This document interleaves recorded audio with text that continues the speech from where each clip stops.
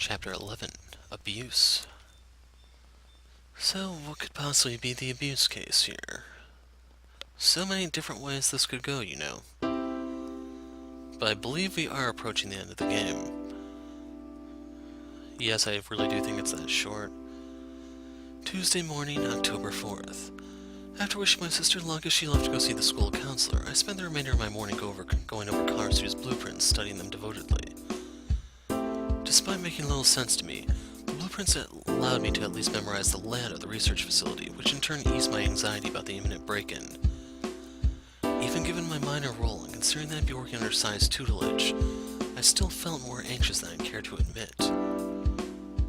As the morning dragged on, however, my worries were overshadowed by an event of more immediate importance. Good morning, Misa. Well, someone's in a good mood this morning.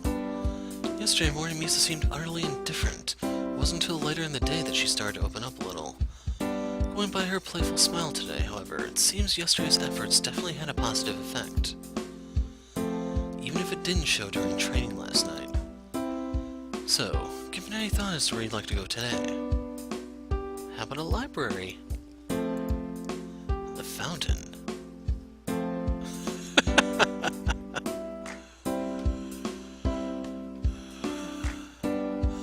I guess she wants to play in the fountain. Be my guest, I won't stop you. You want to go jump in the fountain, right? It's okay, I'll wait for you. I'm kidding, I'm kidding. You want to go see the water up close, right? Like in a swimming pool or at the beach. Did you bring any swimming gear? Oh, come on. That question hardly warrants confusion. No, wait. Could it be that she only wants to see the water and not go swimming? You just want to walk along the water but not actually enter it. Well, that's fine by me. What this girl finds enjoyable may be confusing, but at least she's easy to please. Unfortunately, though semi-rural in some areas of this massive city, Richmond is by no means close to the sea. There are several lakes just outside of its borders and a few indoor pools within, but the actual ocean would take half a day to reach via public transport. So until my sister's next overnight field trip, whenever the hell that is, Misa will just have to settle for the next best thing.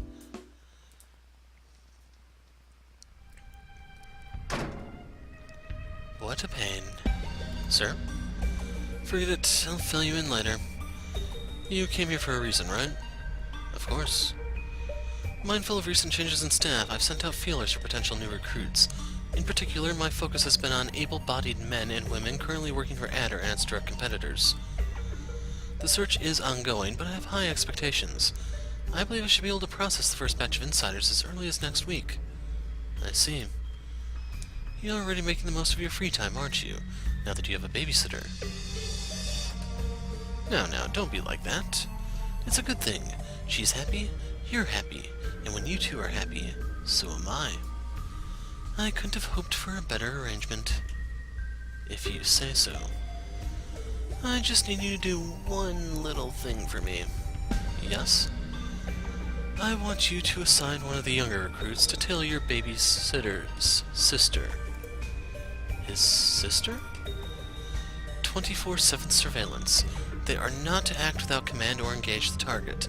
The second anything of interest happens, they will report it directly to me. Do we have an understanding? Yes, sir.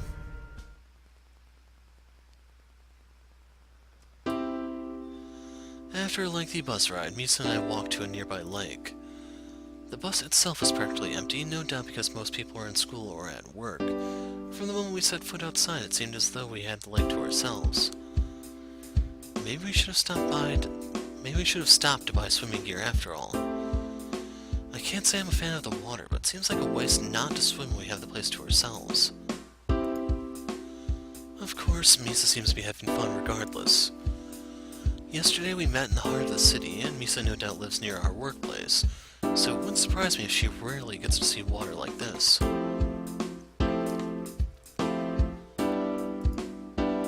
After walking a while longer, Misa and I stopped near a riverbed. She looked down at the water, seemingly captivated by the unfamiliar sight. Never been this far away from the city before? I can't say I'm surprised. Sai doesn't exactly seem like the type to go on an outing like this. Furthermore, we are pretty far away from the city, so it's not the kind of destination you accidentally stumble across. Well, make the most of it. It's a fairly long trip out here, so we can't come here too often. Misa ran off again, brushing off my words as she skipped alongside the lake. Looking at her now, it's hard to believe that I managed to wear Misa down during our training last night. I may have more stamina than her, but Misa seems like she could run all day. And if we had that much time to kill, she probably would. Unfortunately, that isn't going to happen. While I can appreciate that we need to spend time together in order to work as a team, we can't put off work indefinitely. Since we spent yesterday and today playing around, we only have another 3 days to scout out and execute our target. That may be plenty for someone with Misa's experience, but for a person like me still new to the job, I'm anxious to get started. Work before play, Misa. You may not want to abide by that mantra, but I do. Exhibiting energy I can only dream of possessing, Misa ran herself ragged alongside the lake until even the sun's rays appeared to falter. We wasted hour after hour accomplishing nothing at all as I simply watched Misa run and play. As the day dragged on, however, her energy eventually started to wane, signaling the end of our outing. Had your fill, Misa? Finally, I was beginning to think we'd be here all night. But now that she's gotten to play to her heart's content, Misa can't complain about finally getting to work. Great. In that case, are you ready to head back? We should still have time to at least scout out our target's residence, right? Don't be like that. We have a job to do.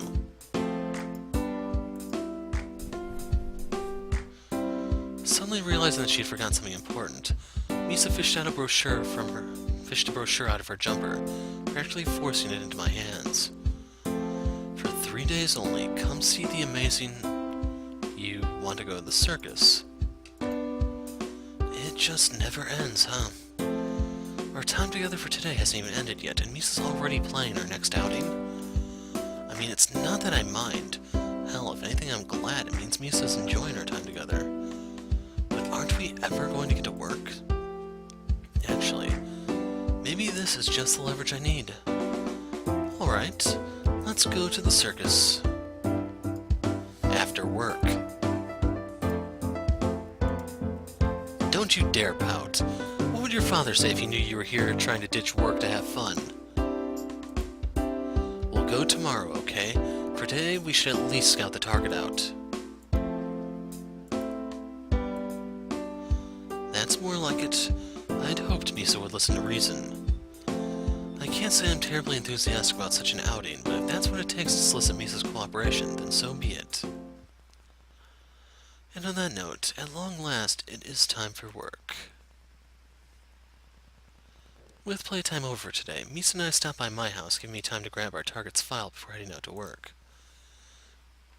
Our destination is a small city called Trenton, which rests near the outskirts of our cursed city of Richmond. It's a boring town which many seem to think is just far away enough to be safe from the influence of its next-door neighbor.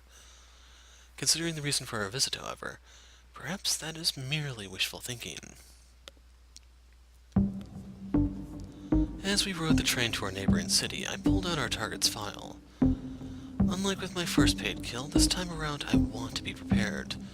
I'm not waiting in some disgusting apartment all day, bored out of my mind. It won't be the sloppy rush job it was last time. I'll show that I've improved, and that I'm capable of improving further. With that thought in mind, I opened our target's file. Tony Roth, 43 years old, works 9 to 5 on weekdays at a local warehouse, no work on weekends. He's a grunt-turned-dust jockey, chronic smoker yet quite overweight. More to the point, it seems Mr. Roth has been held on multiple accounts of domestic violence, but never charged. His wife refused to testify, even after he put her in the hospital for almost a month.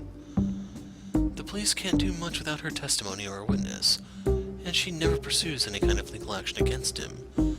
It's been a hopeless no-win situation for everybody but Mr. Roth. Until now.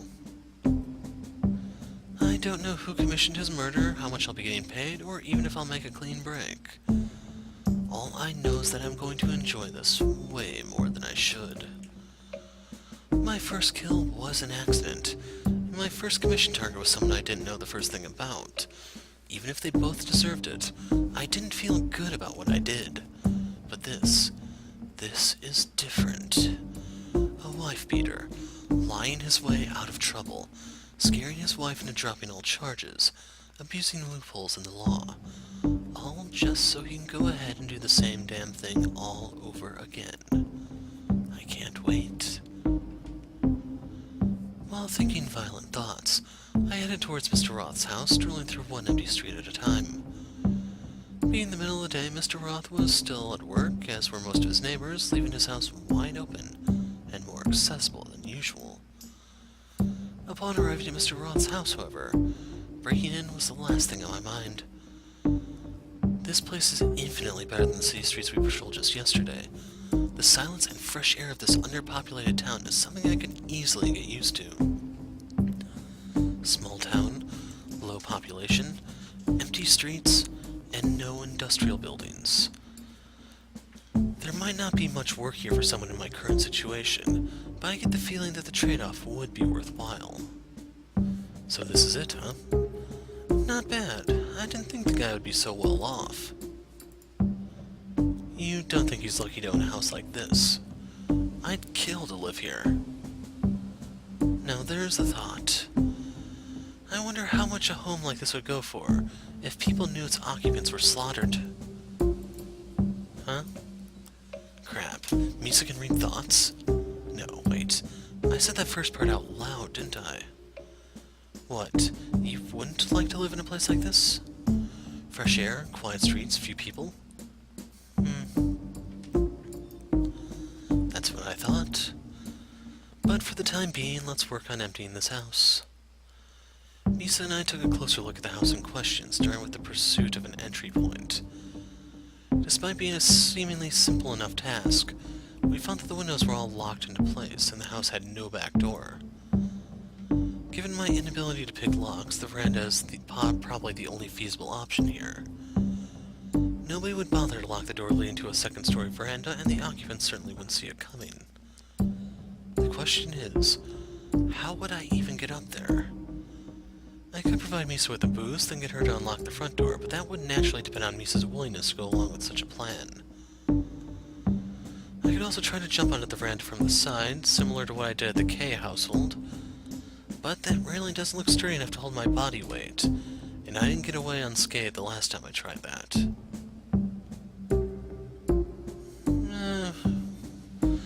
I don't know what all she'll tell us, but why not? What's your input, Misa?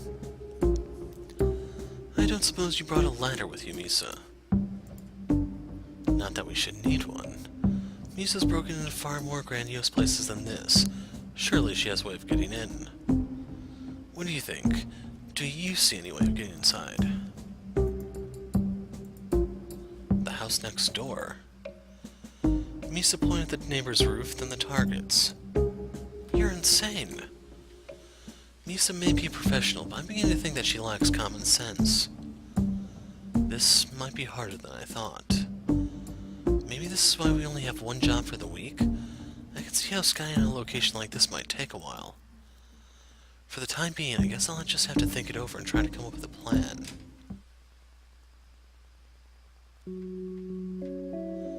Without deciding on a method of entry into our target's home, Misa and I left Trenton, returning to my house momentarily before I dropped her off. Misa chilled around my house for a while. I escorted her to the same point as yesterday, and we went our separate ways. Although we didn't get as much done as I'd hoped, Misa and I did make some work-related progress. We scouted out the target's home, looked for an entry point, and ultimately walked away with having little been achieved. Things may have gone differently with some insightful input from the young veteran by my side, but with Misa's reluctance to get to work, that didn't seem like it was going to happen. So, disappointed as it may be, we settled for superficial insight, something to be built upon later in the week. As we left our target's home, I found myself wondering about why Misa was so reluctant to get to work. If Misa were an ordinary girl, it would be understandable. Rather, it would be strange if a regular teenage girl did get excited about killing a random stranger. But in Misa's case, the only likely conclusion I could reach was that she was just bored by it. It's scary to think of how many people you need to kill before becoming utterly bored and disinterested in the act. I can understand not feeling bad or remorseful. Hell, I'm already at that stage, and I barely even started. But to show such indifference to a lucrative, exciting job like this... Even if Misa doesn't need the money, this is the sort of job a normal person could only fantasize about. Watching crime dramas on TV and wondering what it's really like. At 17 years of age, has that sense of wonder already worn off? Or did Misa never have it to begin with?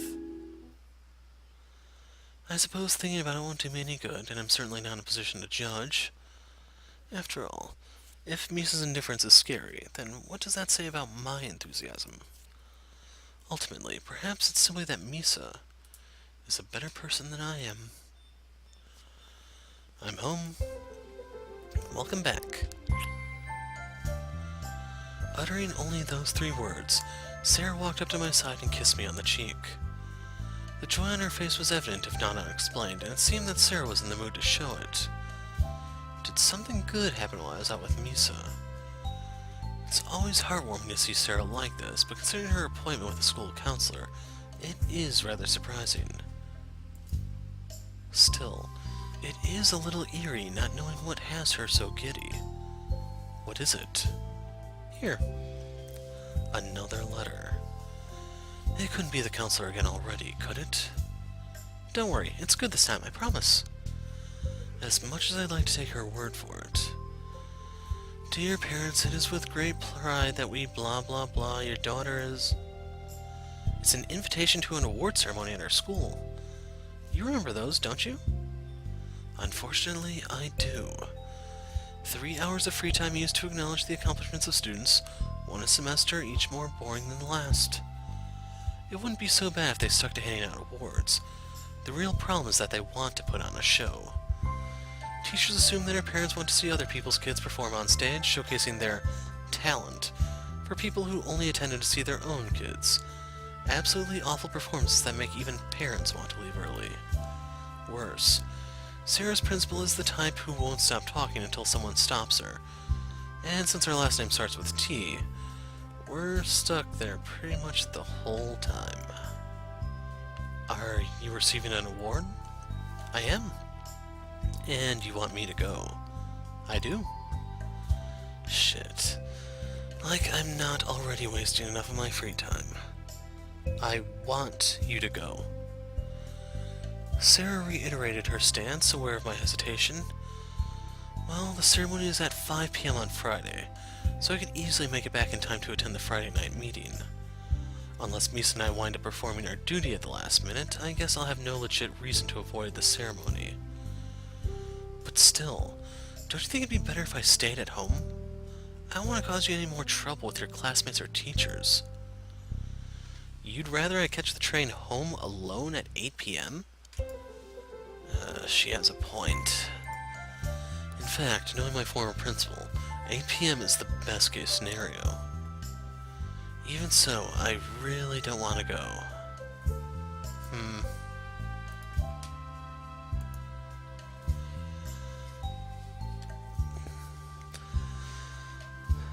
So we're gonna stay out. No, I have too much on my plate already. Sara, I'll see you off and pick you up, but I have no intention of attending the ceremony. Why not? Come on, have I ever even managed to stay awake through one of those before? Not having to go to things like this was supposed to be one of the perks of leaving school. Fine. Here we go again.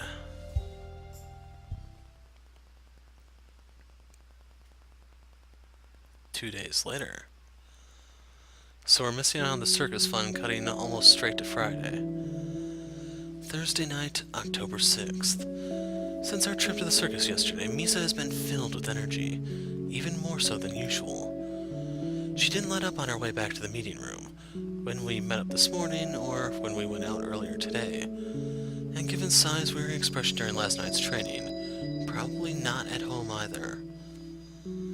I don't know why clowns and acrobats excite her so much, but thanks to them, Misa has been hyper ever since. Even if this is an inappropriate time to be focused on something as trivial as a trip to the circus, I'm happy to see that Misa is enjoying herself. Yes? Without warning, Misa unveiled the blade from behind her back. For the nth time since we left the circus, Misa started balancing her sword on her nose. She kept her balance amazingly well, and she managed to keep the blade upright the entire time. It was an imitation of one of the circus tricks we saw yesterday involving a performer and various hard-to-balance objects. Unlike the performer, however, Misa opted to use something a little sharper.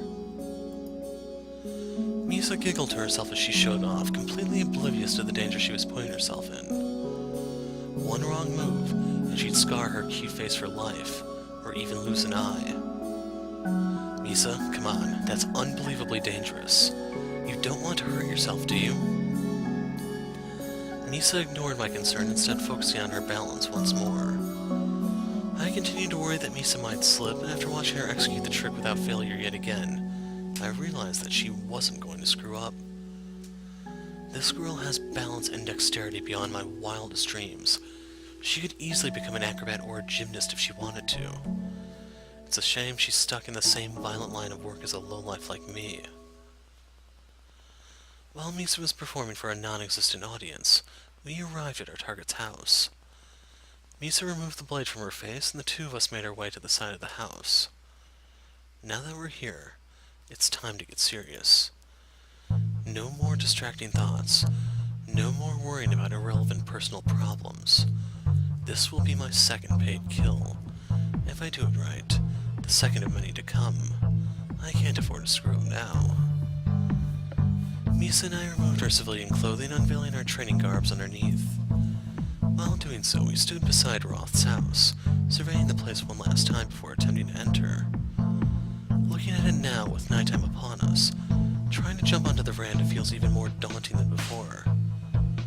It's still the most straightforward method, of course, but placing my life in the hands of a cracked railing I can barely even see seems like nothing, something only an idiot would do. Maybe I should...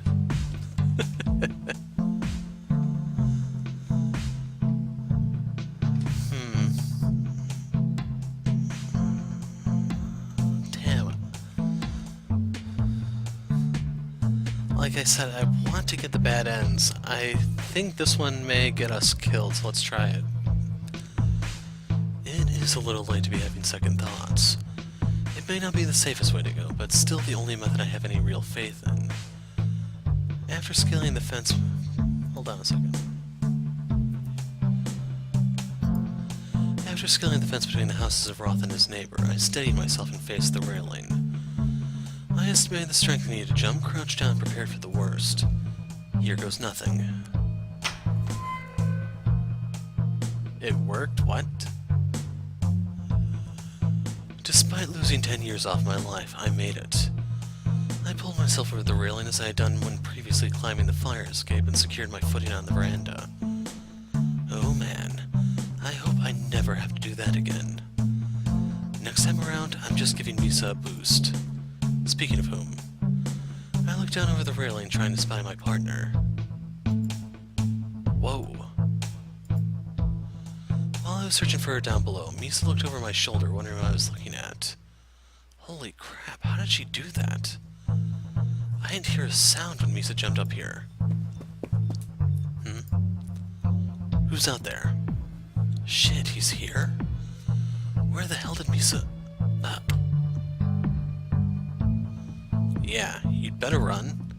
Damn kids, it's too late for this shit. Misa and I hid just in time, narrowly avoiding Mr. Roth's gaze.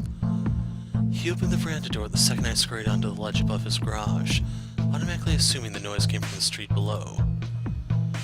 As if congratulating himself for having scared away the assumed kids below, Mr. Roth took the opportunity to light a cigarette and grace the empty street with his visage.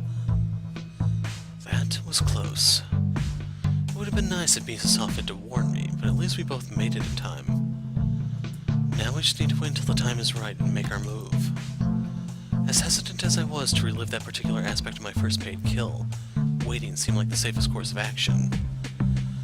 Boring though it may be, if waiting patiently meant cleanly executing my second target, then I'd happily do so. Surely Roth won't be out here for that long. I just have to wait him out and... As Mr. Roth continued puffing away, the smoke from his cigarette inevitably wafted towards Misa and I. Misa was unfortunate enough to inhale a cloud of his second-hand smoke, and she lacked the foresight to cover her mouth and nostrils. Uh-oh. So much for waiting him out. Before he could locate the source of the cough, I abandoned our hiding spot and jumped back onto the veranda, immediately taking a swipe at Mr. Roth.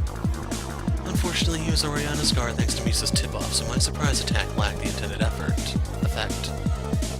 What the hell? Who are you? What do you think you're doing here? Despite his defiant words, the fear on Mr. Roth's face was evident.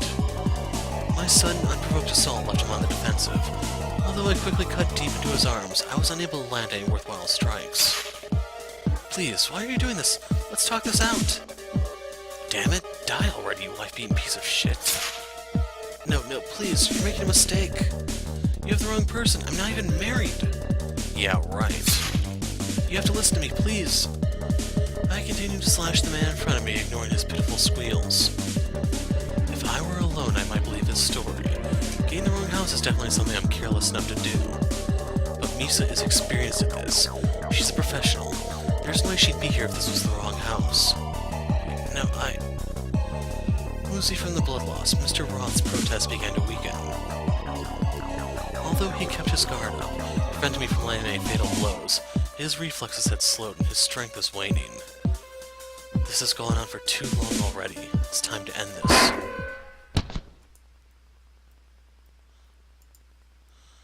Tired of hacking away at Roth's layers of fat, I kicked him back, pushed him through the cracked railing and sending him to the ground below. Roth's head hit the ground hard, and within seconds blood began to pool around his body. Shit. That didn't go as planned. Even if I managed to end our night's work very quickly, the execution was far from perfect. I was forced into action the moment Misa gave us away, and our target was alerted to our presence, giving him time to defend himself and even to yell. As a result, our victim's bloody carcass is now on display, in plain view for any late-night joggers or insomniac neighbors, any one of whom might have already been alerted by the sound of the conflict. Misa tugged on my shirt, pulling my attention away from our prey and back to reality. Yeah, I know. Let's go home. So I'm not sure how we're supposed to fail that one. Unless we did. Let's see if it's just an achievement that pops late, maybe? I don't know. Friday evening, October 7th. A short while ago I dropped off Sara at school, just in time for her award ceremony. Fending off her last-ditch effort to get me to attend, I escaped as quickly as possible, freeing myself from the clutches of my former school. Now this is more like it. Sara's occupied, my daily rendezvous with Misa has ended, and I have nothing on my plate until Sara's award ceremony finishes. For the first day of this busy week, feels like I have time to myself. Yep, plenty of time to myself. And no way to spend it. Aimlessly walking down the empty streets surrounding Sara's school, I thought about what to do with my free time. Misa always seems happy to see me, whether we're at work or not. Despite being together every day since her father tasked me with looking after her, we haven't had any spats, and we've actually been getting along quite well. With that in mind, meeting up with her might not be out of the question. In fact, an unexpected visit to my own free will might even improve our relationship. However, the fact of the matter is that I have no idea where Misa lives. The only place I can think to look for her would be Karasu's office or the meeting room. Would I even have enough time to make it to Karasu's office and back? It might be better just to wait until I go to our meeting tonight. Why not? I'm sure the principal will drag out this ceremony anyway. Let's go find my favorite accomplice.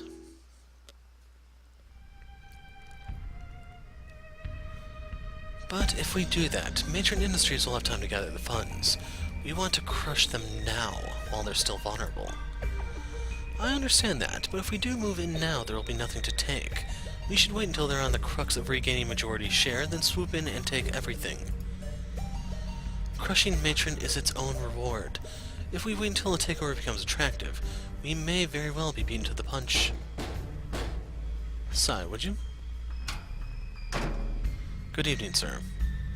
Well, well, this is a pleasant surprise. You must be rather eager. It's still a few hours until your usual meeting time. Actually, I'm just stopping in. I have somewhere that I need to go before the meeting begins. That's a shame. You could have joined Sai and I in our discussion regarding the procurement and liquidation of a rival business. That sounds like it would go over my head. Don't sell yourself short, my boy. It's actually quite simple. See, one of our sales sectors has been slowly whittling down the competition. But there's this one company. Sir, I believe the boy had another reason for coming here. Isn't that right? Actually, yes. I came here hoping to find Misa. Oh-ho, now we're talking. My daughter, at this time of night? You hear that, Sai? You'll be a grandfather soon. No, it's not like that, really. So, what are you going to name your first son? If you're planning on naming it after me, you should know that Karasu isn't my real name. Unbelievable. I told you, you've got it wrong. I just thought we could spend some time together before the meeting. It's okay, you don't need to hide your relationship. True love blooms quickly, doesn't it, Grandpa Sai? I swear, you two, I'm going to...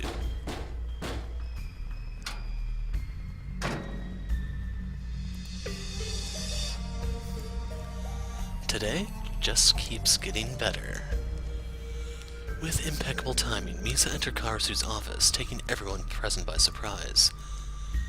She entered with a serious look on her face, but the moment she realized that I had come to visit, she broke into a smile. Good evening, Misa. Misa, maybe you can help us fill in some gaps. When you get married, how many kids do you plan on having? What do you think you're asking my daughter? Okay, next question. What do you plan on naming your first son? Because as I already explained before you arrived. That's enough out of you. Huh. Misa looked towards me, confused by what she just saw. It's understandable that Misa would have questions given what she just walked into. But what is she trying to ask me exactly? We don't know how practical Misa is, and I gave her enough grief at the fountain. What I'm doing here so early? Well, to be honest, I came here to see you. I had some free time, and I wasn't sure how to get into contact with you, so I came here. Though maybe I shouldn't have bothered, since we'll be seeing each other during the meeting anyway. Anyway, as I was saying... Suoh, surely you didn't come here just to entertain your boss, did you? Oh, about that. Actually, I was thinking that I really don't have any way to contact you guys. I had some free time, so I thought I'd... You don't need to contact us, we'll contact you. I see. Now, don't be like that. Long gone are the days when we need to be wary of phone tapping and transmission interception. As long as you don't mind utilizing hardware and software designed in-house, we can get in contact securely whenever you want. We utilize unique private key sets for each staff pairing, all based on AES. It's all pre-programmed in any new devices we distribute, and any existing devices are updated thereafter. By doing so, we are able to... He means that all communications are secure. Even Karasu can't read the messages you send. In short, yes. Or rather, you'll be able to flirt with Misa at all times of the night, and her grouchy old father won't be any the wiser. Stop putting ideas into his head. Anyway, I'll have a new device prepared for you shortly. And I'll handle the private key generation. We wouldn't want Sai to accidentally assign the same key twice. Don't worry, I won't let Papa Sai spy on your private messages. Like I'd do that. Anyway, you two kids go play. Mama and Papa need to have a little conversation. Right. Misa and I left Mama and Papa alone for a while in order to have a short one-sided conversation. After staying for as long as I sensibly could, I bid Misa goodbye, then returned to complete my brotherly duties. With Sara's award ceremony having ended at last, the two of us settled in for a makeshift meal before winding down. Sara reheated leftovers for the two of us, which we both consumed quickly, then headed in for a quick shower after eating. I was hoping Sara would go to bed early after the ceremony, but I still have a while before the Friday night meeting, so I guess this is okay. Much better. Feels good to finally get home. You can say that again. What were you doing while I was getting my award anyway? The ceremony dragged on for quite a while. Yeah, I figured the ceremony would take a while. I went to meet with some of my coworkers. Really? You actually went out of your way to spend time with a coworker? What's her name? Why do you automatically assume I went to visit a female coworker? Because I know you too well. There's no way you'd race across town to talk to some middle-aged guy. She's got me there, though that is more or less what happened. Actually, that's exactly what I did. I spoke with my boss and one of my superiors. But you didn't go there with the intention of talking to them, did you? Crap, when did Sara become so perceptive? Well, whatever. As long as you weren't blowing off my award ceremony to go meet with some girl. And why would that bother you? It's not that it would bother me or anything. I just think that it would be in bad taste to blow off your only sister for some girl. Oh ho, it seems Sara's back on the defensive. In that case, what are you going to do if I bring a girl home someday? I'll go catch some flying bacon. Flying bacon. Because the day you get a girlfriend is the day that pigs fly. Walked right into that one. For the time being, I guess I'll just have to continue to keep my unpopular brother company. At least until he finds a girl stupid enough to take over for me. And I'll keep watch over my single, unstylish, abrasive, boring, lazy, good-for-nothing sister. At least until she lowers her standards and accepts one of her many suitors. Isn't that a little much? Though, if that's how you feel, then I hope you're ready for a long battle, because I'm not going anywhere. After further bantering back and forth, Sara and I gradually nestled in for a quiet Friday night.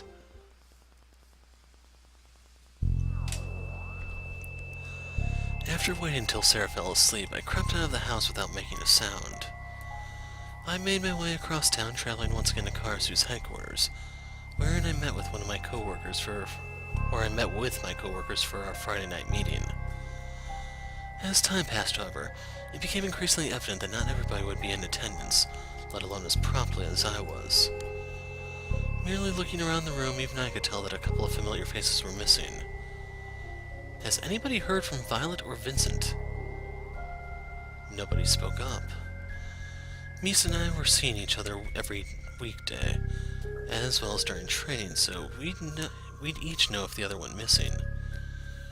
Similarly, I would meet with Sai during training. He would no doubt see his own daughter outside of work, so the three of us could easily keep tabs on one another. Given the disappearance of both Violet and Vincent, however, they apparently fostered no such habit, or only met with one another. Well, it's not like either of them was assigned a particularly high-profile target. They probably just couldn't make it. Wouldn't be the first time. Their entire methodology relies on playing games of seduction. It can take time. If nobody's heard from them by Sunday, their work will be reassigned. As expected, Sai moved on without missing a beat. Anyway, no use worrying about it now. As Leon said, it wouldn't be the first time. Let's just get on with the show, shall we? There's no need for that. I've already spoken to all four of you before tonight. So he's been in contact with the others after all, huh? I spoke to Sai just last night, informing him of our success after Misa and I completed our only work for the week. But not once has he mentioned meeting with any of the others. Ultimately, it's none of my business, of course, but still, it does feel like I'm not being told the full story. Given Leon's choice of attire, I wouldn't be surprised if he was the one training with Sai and Misa before I came along. Me usurping his position would also explain some of the hostility he seems to feel towards me. On the other hand, during my training with Misa, I got the distinct impression that she'd never had a training partner before, so perhaps... Without the others present, there is no need for this meeting to continue. Meeting adjourned. Works for me, a quick meeting's a good meeting. You always say that. Am I ever wrong? As quickly as our meeting began, the first few members present began to walk out, leaving only Sai, Misa, and I behind. I guess that's my cue to leave. Well, I guess I'll see you guys on... Not so fast. Before you leave, Karasu has once again requested your presence. Again, huh? I can guess what this will be about. At Sai's command, without being told anything about our incoming meeting with Karasu, I was escorted to my boss's office. The three of us left the meeting room together, trekked the alley-like hallway leading to Karasu's lair, and before long I was once again face to face with the man who essentially owned my life. Suoh, my boy, please come in. Yeah, Sai told me that you wanted to speak to me.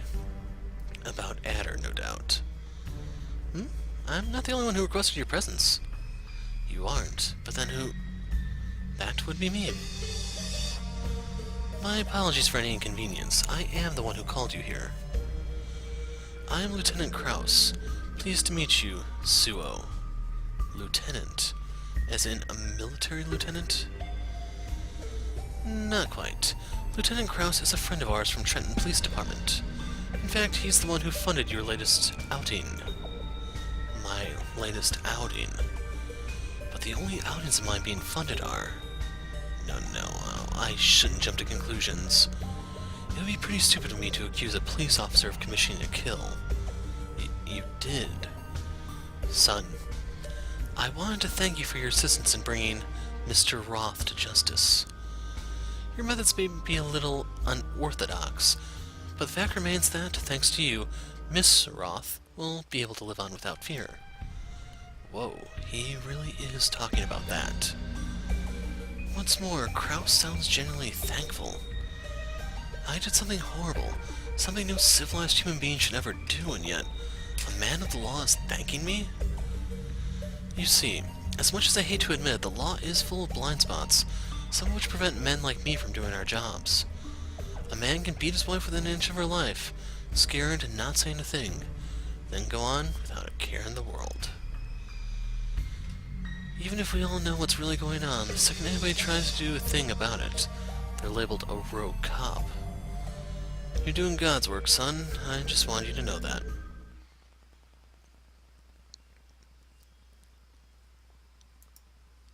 God's work, huh?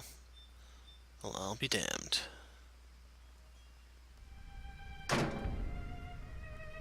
Is the boy gone for the night?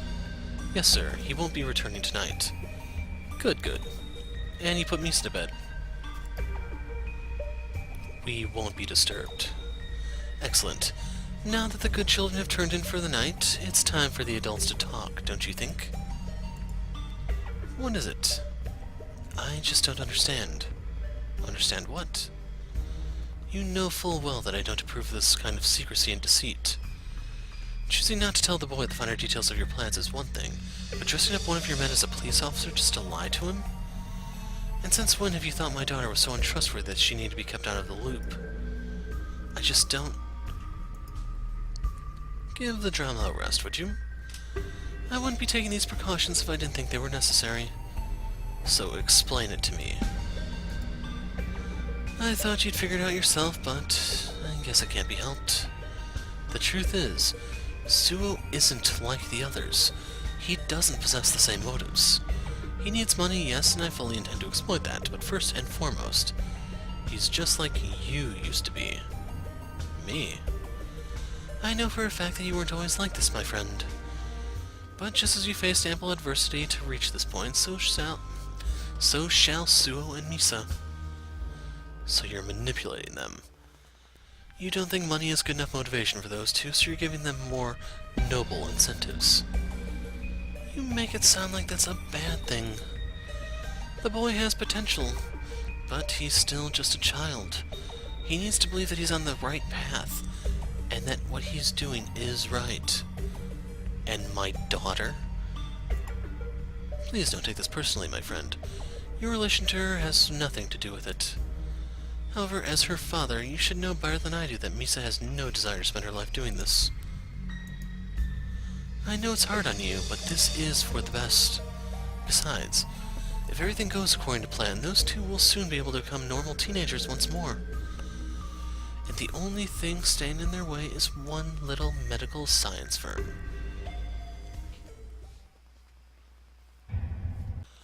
Okay, brief intermission where we do the other route. So this is where you'll get the achievement, since I actually chose the swift way before. Actually, you could argue that the other one wasn't as swift as expedient. This would be the swift one. So Misa coughed, you cover her mouth. It really is too late for this shit. I should just go to bed.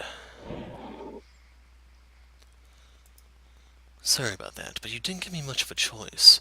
Anyway, let's follow him in. We've come too far to give up now.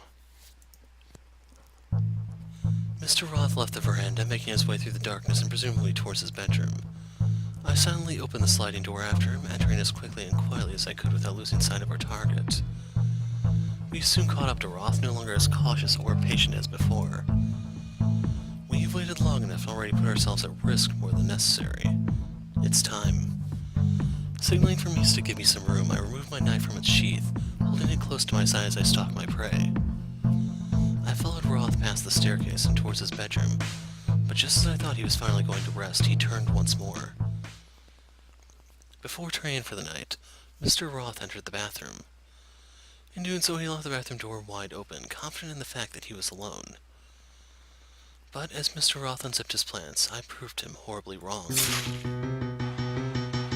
I closed the distance between us in an instant, using one hand to cover Roth's mouth as I used the other to embed my knife in his chest. Mr. Roth reacted immediately, but his stifled scream served no purpose. Be it the shock of what was happening or the precedence of the other task at hand, it took precious seconds for Roth to even think about raising his hands in self-defense, let alone attempt to fight off his attacker. By the time he began to struggle in earnest, my knife had already done its damage. Protruding through his chest, I made a clean cut and continued to sever every organ, vein, muscle, and every piece of cartilage I could find. With his show resistance having begun far too late, Roth's energy left his body alongside the blood he so desperately needed. His pathetic flailing ceased, his body weight shifted, and as I finally let go, he immediately dropped to the floor. Misa waited for me just outside the bathroom, close enough that she could assist if necessary, but far enough away that she wouldn't get in the way. Fortunately, the kill was quick and easy, and her assistance was not needed. I gave Misa a brief smile as I confirmed that our job was complete, and without further delay, we at last called it a night. So, Bleed the Lizard was unlocked, and then we go back on the normal route. Both ways lead to his demise. So I'll probably slap this on the end of the other video, we'll see.